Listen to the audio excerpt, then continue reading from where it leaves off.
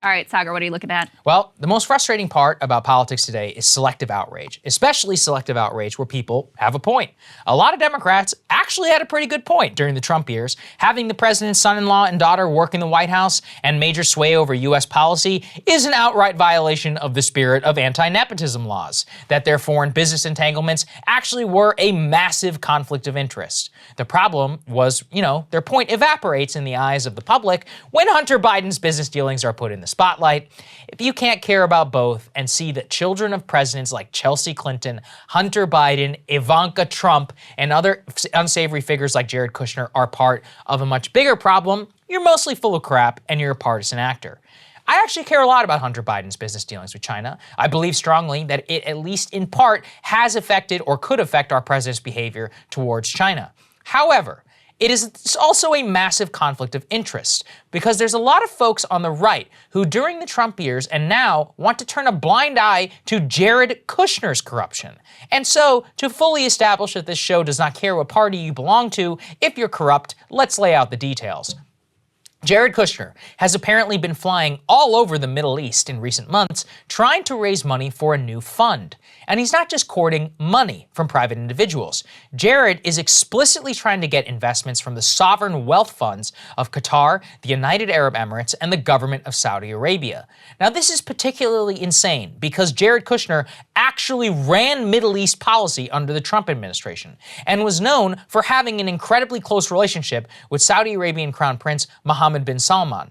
So months after the de facto top diplomat to Saudi Arabia and the Gulf, Jared Kushner, is now turning around and asking them for tens of billions of dollars to invest, which he, of course, will get a hefty cut of from management fees.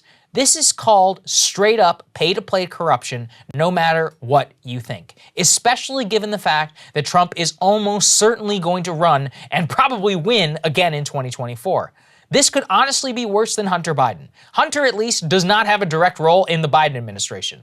I've actually been to Jared Kushner's office whenever Trump was president. It is the closest office in the West Wing to the President of the United States for a major aide. And if you consider any of the so-called accomplishments of the Trump administration, Tax Cuts and Jobs Act, letting people out of prison, and the Abraham Accords, all three of those had Jared having a personal role in all of them. Per the New York Times reporting, which has not been denied by Jared, the Emiratis, the Qataris, or the Saudis are actively considering whether or not to invest in Jared's fund, despite his abysmal business record before the White House. Now, why oh why would Saudi Arabia be keeping their options open to invest in Jared? It certainly ain't because he's a good businessman. And here's the worst part. Kushner is not the only player in Trump's direct orbit who has been profiting off of his time in the White House. Those of you who watched us on Rising might remember when I covered this story of former Treasury Secretary Steve Mnuchin pulling the same move as Kushner, starting a $2.5 billion private equity fund, including with money from the Saudi Arabian government. Mnuchin, of course, was probably the second most powerful economic official in all of Washington for 4 years. And months after leaving office, he's padding his $400 million net worth with money from the Saudis.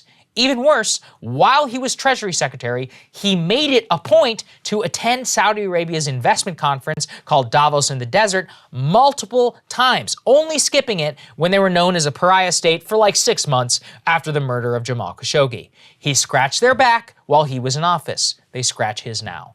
The difference is they're a medieval kingdom. We're supposed to be a representative democracy.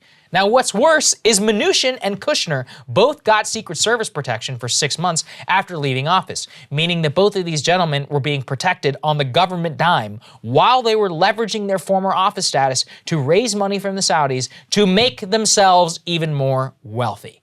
Look, for the Trump people watching, you should really consider that next time you want to elect a president. You don't just elevate that man, you elevate the coterie of the people around him.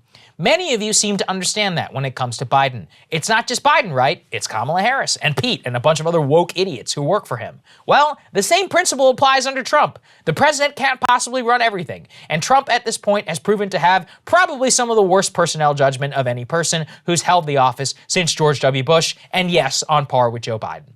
These are the people that he personally trusted in government, and by proxy, he extended them the public trust. Look at how abuse of that trust to their own personal financial gain is so naked in the open. Keep in mind, in both of these cases, we are already talking about men worth more than $100 million each before they even took office. They could not work a day in their life if they had to. They'd be completely fine, but that's not enough. They always need more.